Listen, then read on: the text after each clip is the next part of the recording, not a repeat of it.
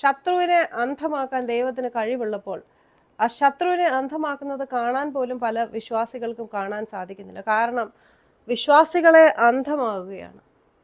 സാഹചര്യത്തിൻ്റെ വലിപ്പം കണ്ട്, പ്രതിസന്ധിയുടെ വലിപ്പം കണ്ട്, ശത്രുവിൻ്റെ വലിപ്പം കണ്ട്, ദൈവത്തിൻ്റെ ശക്തിയിൽ നമ്മൾക്ക് ആ ഒരു ശക്തി കാണാനുള്ള കണ്ണ് തുറക്കാതെ അന്ധമായി പോകുന്ന അവസ്ഥയാണ്.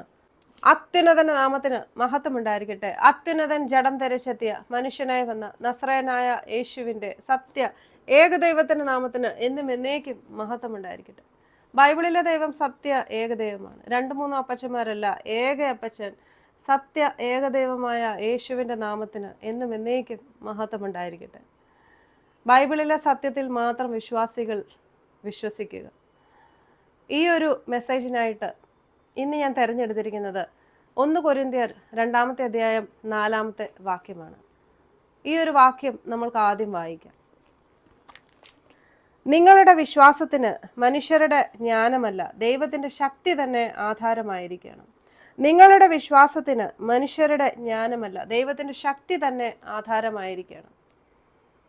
മനുഷ്യരുടെ ബുദ്ധി അല്ലെങ്കിൽ ഈ ലോകത്തിൻ്റെ ജ്ഞാനത്തിലല്ല, ഈ ലോകത്തിൻ്റെ ജ്ഞാനത്തിൽ ഊന്നിയതായിരിക്കരുത് നമ്മളുടെ വിശ്വാസം, ദൈവത്തിൻ്റെ ശക്തിയിൽ ഊന്നിയതായിരിക്കണം എന്ന് പൗലോസ് അപ്പോസ്തലൻ നമ്മളിവിടെ പറഞ്ഞു തരികയാണ്. വിശ്വാസത്തിൻ്റെ പല തലങ്ങളെക്കുറിച്ച്, വിശ്വാസത്തിൻ്റെ പല മേന്മകളെക്കുറിച്ച്, എങ്ങനെയാണ് വിശ്വാസത്തിൽ നിലനിൽക്കേണ്ടത്, എങ്ങനെയാണ് വിശ്വാസം പ്രകടിപ്പിക്കേണ്ടത് എന്നിങ്ങനെ ഏറ്റവും കൂടുതൽ നമ്മൾ പറഞ്ഞു മനസ്സിലാക്കി തരുന്നത് പൗലോസ് അപ്പോസ്തലനാണ്. അതേ പൗലോസ് അപ്പോസ്തലൻ്റെ വളരെ വ്യത്യാസമുള്ള ഒരു ചിന്തയാണ് ഈ ഒരു, അല്ലെങ്കിൽ ഒരു പഠിപ്പിക്കലാണ് നമ്മളിവിടെ കാണുന്നത്. നമ്മുടെ വിശ്വാസം മനുഷ്യരുടെ ബുദ്ധിയിൽ ഊന്നിയത് ആയിരിക്കരുത് എന്നുള്ളത്. എന്താണ് ഈ മനുഷ്യരുടെ ബുദ്ധിയിൽ ഊന്നുന്നതായിരിക്കരുത് എന്ന് പറയുന്നത്? ഈ ലോകത്തിൻ്റെ ജ്ഞാനം, മനുഷ്യരുടെ ബുദ്ധി എന്ന് പറയുന്നത് പലപ്പോഴും യുക്തി അനുസരിച്ചിട്ടുള്ള കാര്യങ്ങളാണ്. എന്ന് പറഞ്ഞാൽ ലോജിക്കും റീസണിങ്ങും ഒക്കെ കൊണ്ട് എക്സ്പ്ലെയിൻ ചെയ്യാവുന്ന കാര്യങ്ങൾ മാത്രമാണ് നമ്മളുടെ മനുഷ്യബുദ്ധിക്ക് പറഞ്ഞു തരാൻ സാധിക്കുന്നത്. പക്ഷെ ഒരു ലോജിക്കിനും ഒരു റീസണിങ്ങിനും ഒരു ബുദ്ധിക്കും ഒരു യുക്തിക്കും എക്സ്പ്ലെയിൻ ചെയ്യാൻ പറ്റത്തില്ലാത്ത തരത്തിലുള്ളതാണ് ദൈവത്തിൻ്റെ പ്രവർത്തനങ്ങൾ, അല്ലെങ്കിൽ ദൈവത്തിൻ്റെ ശക്തിയുടെ മഹത്വം എന്നതാണ് പൗലോസ് അപ്പോസ്തലൻ പറയുന്നത്. അതുകൊണ്ട് തന്നെ ഈ ലോകത്തിൻ്റെ ബുദ്ധിയിൽ നിങ്ങൾ ആശ്രയിക്കുമ്പോൾ, അതിൽ നിങ്ങൾ ഊന്നുമ്പോൾ, ദൈവത്തിൻ്റെ ശക്തിയിൽ നമ്മൾക്ക് ഒരിക്കലും വിശ്വസിക്കാൻ കഴിയത്തില്ല. ഈ ഒരു മനുഷ്യൻ്റെ ബുദ്ധിയും ദൈവത്തിൻ്റെ പ്രവർത്തനവും തമ്മിലുള്ള വ്യത്യാസം പെട്ടെന്ന് ഒന്നുകൂടെ മനസ്സിലാക്കിക്കാൻ വേണ്ടി ഞാൻ ഒരു ഉദാഹരണം പറയാൻ ആഗ്രഹിക്കുകയാണ്. ചെകുത്താൻ്റെയും കടലിൻ്റെയും നടുവിലാകുമ്പോൾ ഈ ലോകത്തിൻ്റെ ബുദ്ധി പറയും, അല്ലെങ്കിൽ മനുഷ്യൻ്റെ ബുദ്ധി പറയും, ഒന്നുകിൽ കടലിൽ നമ്മൾ മുങ്ങിച്ചാവും, അല്ലെങ്കിൽ ചെകുത്താൻ നമ്മളെ കൊന്ന് കളയുമെന്നതാണ്. പക്ഷേ ദൈവത്തിൻ്റെ പ്രവർത്തനങ്ങൾ, അല്ലെങ്കിൽ ദൈവത്തിൻ്റെ ശക്തി പറയും, ആ കടല് രണ്ടായിട്ട് വിഭാഗിച്ച് നിങ്ങളെ അതിൽ കൂടി കടത്തി അതേ കടലിൽ ആ ചെകുത്താനെ ഞാൻ കൊന്നുകളയും. ഒരു യുക്തിക്കും ബുദ്ധിക്കും മനസ്സിലാക്കാൻ പറ്റത്തില്ലാത്ത, എക്സ്പ്ലെയിൻ ചെയ്യാൻ പറ്റത്തില്ലാത്ത തരത്തിലുള്ള ദൈവത്തിൻ്റെ ശക്തിയാണ് ഈ കാണിക്കുന്നത്. ഇതുപോലെ തന്നെയുള്ള പല ഉദാഹരണങ്ങൾ നമുക്ക് ബൈബിളിൽ കാണാൻ സാധിക്കും. സിംഹത്തിൻ്റെ ഗുഹയിൽ അകപ്പെട്ടാൽ ഒരിക്കലും ജീവനോടെ തിരിച്ചു വരാൻ പറ്റത്തില്ല എന്നുള്ളത് മനുഷ്യൻ്റെ ബുദ്ധി പറയുമ്പോൾ, ദൈവത്തിൻ്റെ ശക്തി പറയും, ഒരു പോറൽ പോലും ഏൽക്കാതെ നിങ്ങളെ ഞാൻ സിംഹത്തിൻ്റെ ഗുഹയിൽ നിന്ന് പുറത്ത് കടത്താൻ ശക്തനായവനാണ്. തീയിൽ അകപ്പെട്ടാലും, ഗുഹയിൽ അകപ്പെട്ടാലും, സിംഹത്തിൻ്റെ ഗുഹയിൽ അകപ്പെട്ടാലും, വലിയ പ്രതിസന്ധികളിലും വലിയ പേമാരിയിലും കാറ്റിലുമൊക്കെ അകപ്പെടുമ്പോഴും ദൈവത്തിൻ്റെ ശക്തിയിൽ ഊന്നി നമ്മൾ വിശ്വസിച്ചാൽ അതിൽ നിന്നൊക്കെയും പുറത്ത് കടക്കാൻ, ദൈവത്തിൻ്റെ മനുഷ്യൻ്റെ ബുദ്ധിക്ക് മനസ്സിലാക്കാൻ പറ്റത്തില്ലാത്ത തരത്തിലുള്ള പ്രവർത്തനങ്ങൾ ദൈവം നമ്മുടെയൊക്കെ ജീവിതത്തിലും ചെയ്യുന്നത് തന്നെയായിരിക്കും. അതിന് വളരെ വലിയ വിശ്വാസം ആവശ്യമായിട്ടുള്ള കാര്യമാണ്. ഈ ഒരു കാര്യത്തെ ഡെമോൺസ്ട്രേറ്റ് ചെയ്യാൻ വേണ്ടി, അല്ലെങ്കിൽ ഒന്നുകൂടെ കാണിച്ചു തരാൻ വേണ്ടി നമ്മൾക്ക് 2 രാജാക്കന്മാരുടെ പുസ്തകം 6-ാമത്തെ അധ്യായം ഒന്ന് വായിക്കാം. ഈ ഒരു അധ്യായം നിങ്ങളെല്ലാവരും വായിച്ചിരിക്കുക. ഈ ഒരു അധ്യായം കുറച്ച് നീളമുള്ള അധ്യായമാണ്. അതുകൊണ്ട് അതിൻ്റെ മെയിനായിട്ടുള്ള കാര്യങ്ങൾ വളരെ സിമ്പിളായിട്ട് പറഞ്ഞ് തരികയാണ് ഞാനിവിടെ.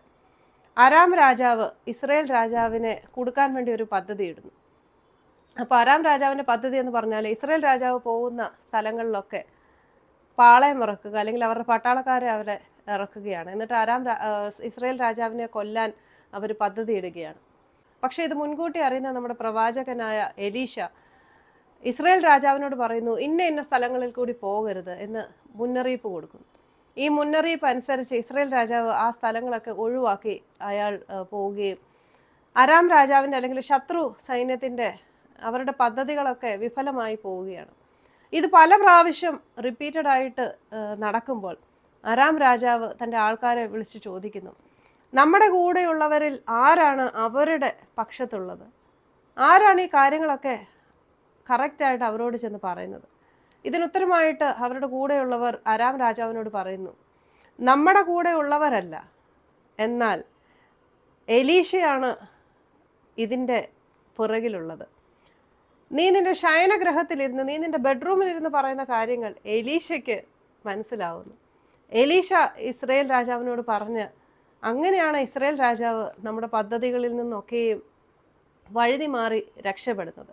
അപ്പോൾ ഇത് കേട്ട ഉടനെ അരാം രാജാവിന് വളരെയധികം കോപം വരികയും അരാം രാജാവ് തൻ്റെ പടയാളികളോട് പറയുകയാണ്, എത്രയും പെട്ടെന്ന് എലീഷയെ എൻ്റെ മുമ്പിൽ പിടിച്ചു കെട്ടിക്കൊണ്ട് വരിക. അങ്ങനെ വലിയൊരു സൈന്യം എലീഷയെ പിടിച്ചു കെട്ടാൻ വേണ്ടി അല്ലെങ്കിൽ പിടിക്കാൻ വേണ്ടി പോവുകയാണ്. ദോഥൻ എന്ന സ്ഥലത്ത് എലീഷയുടെ ഭൃത്യനും വെറും 2 പേര് മാത്രമുള്ള ആ ഒരു വീടിൻ്റെ ചുറ്റും അവർ നിൽക്കുകയാണ്. ബൈബിളിൽ നമ്മൾ കാണുന്നത് ആ ഒരു സിറ്റി മുഴുവൻ എന്നാണ് എഴുതിയിരിക്കുന്നത്. ആ ഒരു സിറ്റി മുഴുവൻ തേരുകളും കുതിരകളും അടങ്ങുന്ന അരാം രാജാവിൻ്റെ വലിയ സൈന്യം വളഞ്ഞു കഴിഞ്ഞിരിക്കുന്നു. പിറ്റേ ദിവസം രാവിലെ എലീഷയുടെ ഭൃത്യൻ ഉണർന്നെണ്ണീച്ച് നോക്കുമ്പോൾ കാണുന്നത് മൊത്തം വലിയ സൈന്യത്തെയാണ് കാണുന്നത്. ഈ ഒരു വലിയ സൈന്യത്തെ കാണുന്ന എലീഷയുടെ ഭൃത്യൻ പേടിച്ചു പോവുകയാണ്. ആ ഭൃത്യൻ ഓടിപ്പോയി തൻ്റെ യജമാനോട് പറയുകയാണ്, അയ്യോ യജമാനനെ, നമ്മൾ ഇനി എന്താണ് ചെയ്യേണ്ടത്? What shall we do now? ആ ഒരു ഭൃത്യൻ കണ്ടത് വലിയ സൈന്യത്തിൻ്റെ വലിപ്പമാണ്. സാധാരണഗതിയിൽ 2 പേരെ പിടിക്കാൻ വേണ്ടി ഒരു വലിയ സൈന്യം വന്നാൽ മനുഷ്യൻ്റെ ബുദ്ധി പറയും അവരെ പിടിച്ച് കൊണ്ടുപോകും അല്ലെങ്കിൽ അവരെ കൊല്ലും എന്നതാണ്.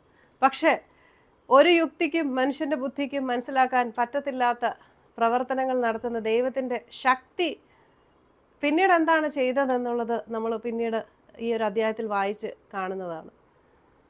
നമ്മളെയൊക്കെ ജീവിതത്തിൽ പലപ്പോഴും പ്രതിസന്ധികളും നമ്മളെ കൊണ്ട് മറികടക്കാൻ മേലാത്ത വലിയ സിറ്റുവേഷൻസും ഒക്കെ നമ്മുടെ മുമ്പിൽ വരുമ്പോൾ നമ്മളുമൊക്കെ പറയുന്ന ഒരു വാക്ക് തന്നെയാണ് ആ ഭൃത്യനും പറഞ്ഞത്, വാട്ട് ഷാൽ വി ഡു? ഇനി എന്താണ് ചെയ്യേണ്ടത്? ഇനി എന്നാ ചെയ്യുന്നത്? ഇനി എന്തോ ചെയ്യാനാ? ഈ ഒരു വാക്കുകളൊക്കെ നമ്മളുമൊക്കെ പറയുന്നതാണ്. എന്തുകൊണ്ടാണ് ഈ നമ്മളുടെയൊക്കെ വായിൽ നിന്നും ഇതേ വാക്കുകൾ നമ്മുടെ ചിന്തകളിലും നാവിലുമൊക്കെ വരുന്നത് എന്നറിയാമോ? ആ സിറ്റുവേഷനാണ് നമ്മൾ ഏറ്റവും കൂടുതൽ പ്രാധാന്യം കൊടുക്കുന്നത്. ആ സിറ്റുവേഷൻ്റെ വലിപ്പം, ശത്രുവിൻ്റെ വലിപ്പം കണ്ടപ്പോൾ, ശത്രുവിൻ്റെ ശക്തി കണ്ടപ്പോൾ ദൈവത്തിൻ്റെ ശക്തി നമ്മൾക്ക് കാണാൻ സാധിക്കാതെ പോകുന്നു. ആ ഭൃത്യനും അത് തന്നെയാണ് സംഭവിച്ചത്. മനുഷ്യൻ്റെ ബുദ്ധി കൊണ്ട് അളക്കുമ്പോൾ, മനസ്സിലാക്കുമ്പോൾ നമ്മളുടെ പതനമാണ് അല്ലെങ്കിൽ നമ്മളുടെ പരാജയമാണ് നമ്മൾ എപ്പോഴും മുൻപിൽ കാണുന്നത്.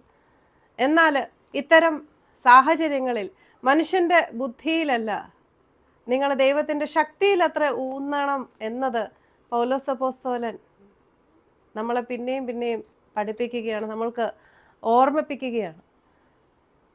അപ്പോൾ മനുഷ്യൻ്റെ ബുദ്ധിയിലല്ലാതെ ദൈവത്തിൻ്റെ ശക്തിയിൽ ഊന്നിയുള്ള പ്രവർത്തനങ്ങൾ എങ്ങനെയാണ് എന്നുള്ളത് പിന്നീട് നമ്മൾ കാണുന്നത് എലീഷയുടെ റെസ്പോൺസ് കാണുമ്പോഴാണ്.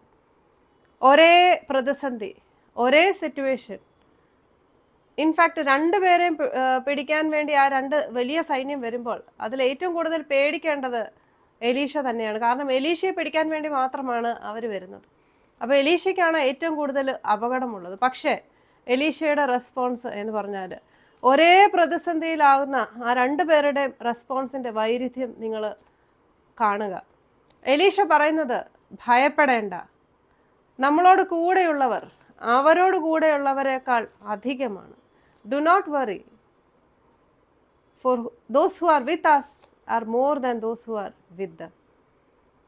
നമ്മളോട് കൂടെയുള്ളവരാണ് വലിയ സൈന്യം. ആദ്യം തന്നെ പറയുന്നത് ഭയപ്പെടേണ്ട എന്നതാണ്. വളരെ സംയമനം പാലിച്ചുള്ള ഒരു മഹത്വമേറിയ ഒരു കാര്യം തന്നെയാണ് എലീശ അവിടെ പറയുന്നത്. പരിഭ്രമിച്ചു പോയ ഒരു ഭൃത്യനോട് പറയുകയാണ്, ഡു നോട്ട് വറി. നമ്മുടെ പ്രതിസന്ധി ഘട്ടങ്ങളിൽ നമ്മുടെ മുമ്പിൽ ഏറ്റവും ആദ്യം വരുന്ന ഒരു റെസ്പോൺസ് ആണ് ആങ്സൈറ്റി എന്ന് പറയുന്നത്.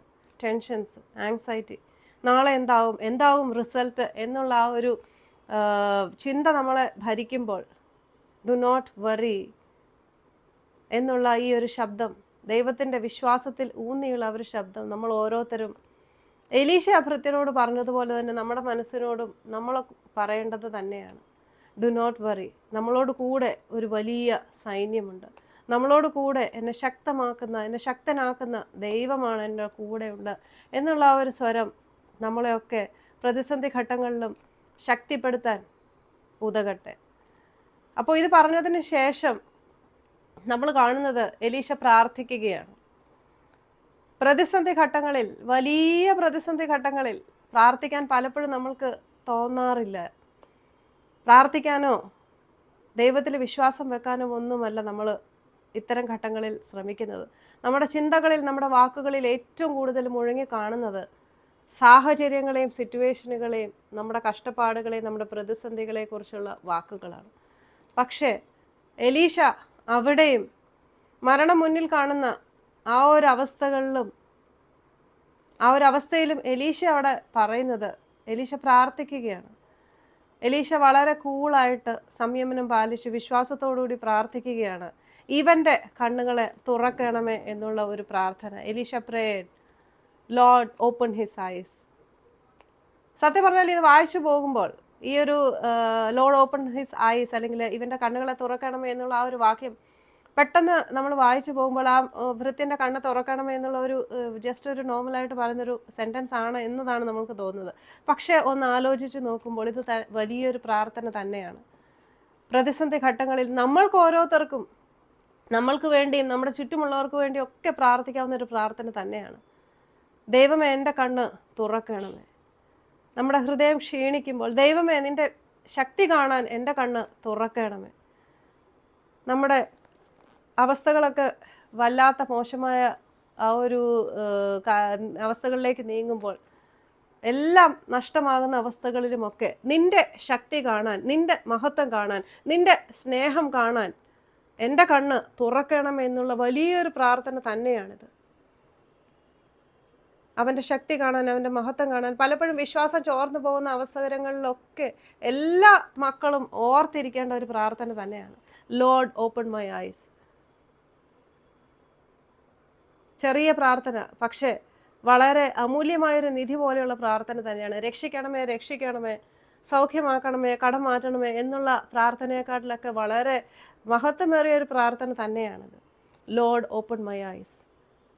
നിന്റെ വിശ്വാസത്തിൽ നിലനിർത്താൻ വേണ്ടി എൻ്റെ കണ്ണുകളെ, അന്ധമായി പോയ എൻ്റെ കണ്ണുകളെ തുറക്കാനുള്ള കൃപ എനിക്ക് തരണമേ എന്നുള്ള ഈ ഒരു പ്രാർത്ഥന മറന്നു പോകാതെ ഇരിക്കുക.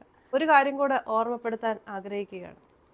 എലീശ പ്രാർത്ഥിച്ചതുപോലെ തന്നെയുള്ള ലോർഡ് ഓപ്പൺ ഹിസ് ഐസ് എന്നുള്ള ഇവൻ്റെ കണ്ണുകളെ തുറക്കണം എന്നുള്ള ആ പ്രാർത്ഥനയ്ക്ക് സമാനമായിട്ടുള്ള മറ്റൊരു പ്രാർത്ഥനയെ നമ്മൾ പുതിയ നിയമത്തിൽ ശിഷ്യന്മാർ യേശുവിനോട് പറയുന്നതായിട്ട് നമ്മൾ കാണുന്നുണ്ട്. ലൂക്കോസിൻ്റെ സുവിശേഷം 17-ാമത്തെ അധ്യായത്തിൽ 5 മുതൽ 6 വരെയുള്ള വാക്യങ്ങളിൽ നമ്മൾ കാണുന്നത്, ശിഷ്യന്മാർ യേശുവിനോട് പറയുകയാണ്, കർത്താവെ ഞങ്ങളുടെ വിശ്വാസത്തെ വർദ്ധിപ്പിക്കണമേ. Christ increase our faith. സത്യം പറഞ്ഞാൽ വിശ്വാസത്തെ വർദ്ധിപ്പിക്കണമേ, വലുതാക്കണമേ, ഇൻക്രീസ് ചെയ്യണമേ എന്നതാണ് ശിഷ്യന്മാർ യേശുവിനോട് ചോദിക്കുന്നത്. വലുതാക്കണമേ. എന്നാൽ വളരെ ഡിഫറെൻ്റ് ആയിട്ടുള്ള ഒരു ആൻസറാണ് യേശു അവിടെ കൊടുക്കുന്നത്. ശരി, നിങ്ങളുടെ വിശ്വാസം വർദ്ധിപ്പിച്ചേക്കാം, ഇന്നാ പിടിച്ചോ വലിയ വിശ്വാസം എന്നൊന്നുമല്ല യേശു പറയുന്നത്. യേശു പറയുന്നത് വിശ്വാസത്തെ വലുതാക്കണമേ എന്നവർ ചോദിച്ചപ്പോൾ യേശു പറയുന്നത്, നിങ്ങളുടെ വിശ്വാസം കടുകുമണിയോളം പോലെ ഉള്ള വിശ്വാസം ആണെങ്കിൽ നിങ്ങൾ ഈ കാട്ടത്തിയോട് കടലിൽ പോയി നടുക എന്ന് പറഞ്ഞാൽ അതും നിങ്ങളെ അനുസരിക്കും എന്നുള്ളതാണ്. നിങ്ങളുടെ വിശ്വാസം വെറും കടുകുമണിയോളം പോലെ മതി. വലിയ വിശ്വാസമല്ല. 1 കിലോ വിശ്വാസത്തിൽ നിന്നും 5 കിലോ വിശ്വാസമാകണമേ എന്നുള്ളതല്ല. വലിയ വിശ്വാസം എന്ന് പറയുന്നത് അതിൻ്റെ ക്വാണ്ടിറ്റി ഒന്നുമല്ല, നമ്മളുടെ ഒരു ഡൗട്ടും ഇല്ലാത്ത വിശ്വാസത്തെയാണ് ഈ കടുകുമണി പോലെയുള്ള വിശ്വാസം എന്ന് പറയുന്നത്. ദൈവത്തിൽ സംശയിക്കാതെയുള്ള, ഡൗട്ട് ചെയ്യാതെയുള്ള വിശ്വാസം. കടുകുമണിയോളം പോലെ മതി. നമ്മൾക്ക് വേണ്ടി മാത്രമല്ല, വിശ്വാസം നഷ്ടപ്പെട്ട, വിശ്വാസത്തിൽ നിന്നുമൊക്കെ പോയ, അല്ലെങ്കിൽ ദൈവത്തിൽ നിന്ന് പിണങ്ങി മാറി നിൽക്കുന്ന പലർക്കും വേണ്ടി നമ്മൾക്കും പ്രാർത്ഥിക്കാവുന്നൊരു പ്രാർത്ഥന തന്നെയാണ്. Lord open his eyes. Elisha പ്രാർത്ഥിച്ചതുപോലെ തന്നെ ആ ഒരു ഭൃത്യൻ്റെ കണ്ണുകൾ ദൈവം തുറക്കുകയാണ്. അവൻ കാണുന്നത് എലീശയുടെ ചുറ്റും അഗ്നിമയമായ തേരുകളും കുതിരകളും അടങ്ങുന്ന വലിയ ഒരു സൈന്യത്തെയാണ്. വലിയൊരു സൈന്യം നേരത്തെ തന്നെ അവിടെ ഉണ്ടായിരുന്നു എന്നതാണ് നമ്മളിവിടെ കാണുന്നത്. വലിയ സൈന്യം. ആ കണ്ണിൻ്റെ അന്ധത മാറിയപ്പോൾ, സത്യം പറഞ്ഞാൽ സിറ്റുവേഷൻ സെയിം തന്നെയായിരുന്നു. അപ്പോഴും പ്രതിസന്ധി ഘട്ടം അതുപോലെ തന്നെയാണ്. പക്ഷേ ആ കാഴ്ച മാറുമ്പോൾ, ആ ബ്ലൈൻഡ്നെസ് മാറുമ്പോൾ, ആ ഒരു അന്ധത മാറുമ്പോൾ, ആ ഭൃത്യൻ കാണുന്നത് ദൈവത്തിൻ്റെ ശക്തിയാണ്. ദൈവത്തിൻ്റെ വലിയ മഹത്വമേറിയ പ്രവർത്തനങ്ങളെയാണ് ആ ഭൃത്യൻ കാണുന്നത്. അവൻ്റെ കണ്ണുകൾ കാണുന്നത് സാധാരണ കണ്ണുകൾ കൊണ്ട് കാണാൻ മേലാത്ത ഇത്തരം ദൈവത്തിൻ്റെ ദൂതന്മാരുടെ ഈ വലിയ സൈന്യം നമ്മളുടെ ഒക്കെ കൂടെ എപ്പോഴും ഉള്ളത് ആണ് എന്നുള്ളത് നിങ്ങളെല്ലാവരും മനസ്സിലാക്കുക. ഇത് ദൈവത്തിൻ്റെ ഒരു പ്രോമിസ് തന്നെയാണ്. 91-ാം സങ്കീർത്തനത്തിൽ നമ്മൾ വായിക്കുന്നത്, നിന്റെ എല്ലാ വഴികളിലും നിന്നെ കാക്കേണ്ടതിന് ഞാൻ എൻ്റെ ദൂതന്മാരോട് കൽപ്പിക്കും. നിന്റെ കല്ലിൽ തട്ടി പോകാതിരിക്കേണ്ടതിന് അവർ നിന്നെ കൈകളിൽ വഹിച്ചുകൊള്ളും. ദൈവത്തിൻ്റെ ദൂതന്മാരും ഈ മാലാഖ ഗണങ്ങളും ഒക്കെ ശരിക്കും പറഞ്ഞാൽ റിയാലിറ്റി ആണ് എന്നുള്ളത് കാണിച്ചു തരുന്ന ഒരു സ്ക്രിപ്ചർ തന്നെയാണിത്. നമ്മൾക്ക് കണ്ണുകൾ കൊണ്ട് പലപ്പോഴും കാണുന്നില്ല എങ്കിലും ആ ഭൃത്യൻ്റെ കണ്ണ് ഏതോ തരത്തിൽ തുറന്നപ്പോഴാണ് ഇതെല്ലാം കണ്ടത്. നമ്മളുടെയും ഒക്കെ കൂടെ ദൈവം വലിയ ഗണത്തെ തന്നെയാണ് ഇറക്കി വിട്ടിട്ടുള്ളത്. കാരണം ഇതൊരു പ്രോമിസ് തന്നെയാണ്.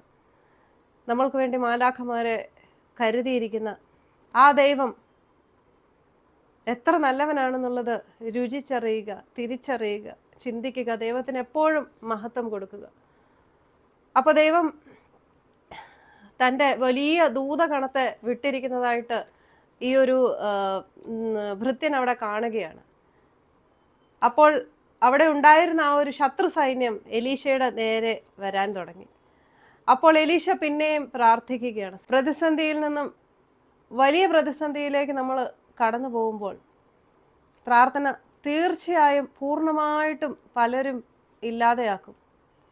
കാരണം സാഹചര്യത്തെ മുൻനിർത്തി നമ്മൾ നോക്കുമ്പോൾ, മനുഷ്യൻ്റെ ബുദ്ധി കൊണ്ട് നമ്മൾ ചിന്തിക്കുമ്പോൾ, നമ്മൾക്ക് ഇതിൽ നിന്നും ഒരു മോചനമില്ല എന്നുള്ള തോന്നൽ നമ്മളുടെ മനസ്സിൽ ഉണ്ടാകുമ്പോൾ പിന്നെ പ്രാർത്ഥിക്കാൻ തോന്നത്തില്ല. പക്ഷേ മരണം മുന്നിൽ കാണുന്ന ആ ഒരു അവസ്ഥയിലും എലീശ പിന്നെയും വലിയ വിശ്വാസത്തോടുകൂടി, ആത്മസംയമനത്തോടുകൂടി പ്രാർത്ഥിക്കുകയാണ്. എലീശ പ്രാർത്ഥിക്കുന്നു, ഇവരെ അന്ധരാക്കണമേ എന്ന്, ഈ സൈന്യത്തെ അന്ധരാക്കണമേ എന്നുള്ള എലീശയുടെ പ്രാർത്ഥന യഹോവ കേട്ടിട്ട് ആ സൈന്യം അവിടെ അന്ധരാകുകയാണ്. അത്രയും നേരം വരെ വലിയ ആൾബലത്തോടുകൂടിയും സൈന്യബലത്തോടുകൂടിയും ഒക്കെ വന്ന ആ സൈന്യം അവിടെ അവരുടെ ശക്തി നിഷ്പ്രഭമാവുകയാണ്. അവർ ശക്തിയില്ലാതെ ഒന്നും ചെയ്യാൻ കഴിയത്തില്ലാത്ത ആൾക്കാരായി മാറുകയാണ്. ദൈവത്തിൻ്റെ സ്ട്രാറ്റജീസ്, ദൈവത്തിൻ്റെ തന്ത്രങ്ങൾ എത്രമാത്രം വ്യത്യസ്തമായ കാര്യങ്ങളാണ് എന്നുള്ളത് മനസ്സിലാക്കുക. വലിയൊരു സൈന്യം അവിടെ ഉണ്ടായിരുന്നിട്ടും, അഗ്നിമയമായ തേരുകളും രഥങ്ങളും ഒക്കെ ഉണ്ടായിരുന്നിട്ടും ദൈവം അവിടെ തിരഞ്ഞെടുക്കുന്നത് വളരെ വ്യത്യസ്തമായ ഒരു വഴിയാണ്. വളരെ സിമ്പിളായിട്ടുള്ളൊരു വഴിയാണ്. സൈന്യം ആ ഒരു നിമിഷം അന്ധരായി പോവുകയാണ്. ദൈവത്തിൻ്റെ വഴികൾ വളരെയധികം വ്യത്യാസമുള്ള വഴികളാണ്. ചിലപ്പോൾ അവൻ സൈന്യത്തെ അന്ധരാക്കും, ചിലപ്പോൾ അവൻ സൈന്യത്തെ കൺഫ്യൂസ്ഡ് ആക്കും, ചിലപ്പോൾ അവൻ സൈന്യത്തെ നിങ്ങളെ ഫേവർ ചെയ്യുന്നവരാക്കും, ചിലപ്പോൾ അവൻ നിങ്ങളെ കൊണ്ട് യുദ്ധം ചെയ്യും, ചിലപ്പോൾ അവൻ നിങ്ങൾക്ക് വേണ്ടി യുദ്ധം ചെയ്യും. പലതരത്തിലുള്ള തന്ത്രങ്ങളാണ് ദൈവം ഉപയോഗിക്കുന്നത്. അവൻ്റെ സ്ട്രാറ്റജീസിനെ പറ്റി ഒരിക്കലും ആർക്കും ചിന്തിക്കാൻ പോലും കഴിയത്തില്ലാത്ത കാര്യങ്ങളാണ്. അങ്ങനെ എലീശയെ പിടിച്ചുകൊണ്ട് പോകാൻ വരുന്ന ആ ഒരു വലിയ സൈന്യത്തെ അന്ധത പിടിപ്പിച്ച് ദൈവം അവരെ അവിടെ ശക്തിയില്ലാത്ത ആൾക്കാരാക്കുകയാണ്. പിന്നീട് അവിടെ നടക്കുന്ന കാര്യത്തെക്കുറിച്ച് നിങ്ങൾ എല്ലാവരും വായിച്ച് മനസ്സിലാക്കുക. വളരെ രസകരമായ രീതിയിലാണ് ആ ഒരു വലിയ സൈന്യത്തിൻ്റെ കയ്യിൽ നിന്നും എലീശയെ ദൈവം രക്ഷിക്കുന്നത്. ദൈവത്തിൻ്റെ കരുതൽ എന്ന് പറഞ്ഞാൽ എങ്ങനെ വന്നാലും ദൈവത്തിൻ്റെ മക്കളുടെ സുരക്ഷയും സംരക്ഷണവും തന്നെയാണ് ദൈവത്തിൻ്റെ ഏറ്റവും വലിയ മുൻഗണനയായിട്ടുള്ള കാര്യങ്ങൾ. പക്ഷേ ഈ ഒരു പുതിയ നിയമത്തിൻ്റെ കാലത്ത് വിശ്വാസത്തിന് വലിയ പ്രാധാന്യമുള്ളത് തന്നെയാണ്. നിങ്ങളുടെ വിശ്വാസം മനുഷ്യരുടെ ബുദ്ധിയെ അനുസരിച്ചായിരിക്കരുത്. ദൈവത്തിൻ്റെ ശക്തിയിൽ നമ്മൾ വിശ്വസിക്കുമ്പോൾ നമ്മൾക്ക് കാണാൻ കഴിയുന്നില്ല എങ്കിലും ദൈവത്തിൻ്റെ വലിയ പ്രവർത്തനങ്ങൾ നമ്മളുടെ ഒക്കെ ജീവിതത്തിൽ നമ്മൾക്ക് കാണാൻ സാധിക്കും. ഈ വലിയ ദൂതഗണങ്ങളെ ഒന്നും നമ്മൾ കാണുന്നില്ലായിരിക്കും, പക്ഷെ ഏതൊക്കെ രീതിയിലാണ് ദൈവം പ്രവർത്തിക്കുന്നത് എന്നൊന്നും നമ്മൾക്ക് അറിയത്തില്ല. എങ്കിലും ദൈവം പ്രവർത്തിക്കുന്നുണ്ട് എന്നത് മനസ്സിലാക്കി വിശ്വാസത്തിൽ നിലനിർത്തുക. നമ്മളുടെ ബുദ്ധി പല കാര്യങ്ങളും നമ്മളെ കാണിച്ചു തരും. ഇങ്ങനെയാണ്, ഇതെങ്ങനെ ചെയ്യാൻ കഴിയും, ഇത്തരം കാര്യങ്ങളിലൊന്നും നമ്മൾ ശ്രദ്ധ കൊടുക്കാതെ എൻ്റെ ദൈവത്താൽ ഏത് അസാധ്യമായ കാര്യങ്ങളും സാധ്യമായി മാറും എന്നുള്ള വിശ്വാസത്തിൽ ഊന്നിയുള്ളൊരു ജീവിതം എല്ലാ ദിവസവും നമ്മൾക്ക് ഓരോരുത്തർക്കും ദൈവത്തിൻ്റെ മുമ്പിൽ പ്രദാനം ചെയ്യാൻ കഴിയട്ടെ. So come fall in love with Jesus and fall in love with the word of God.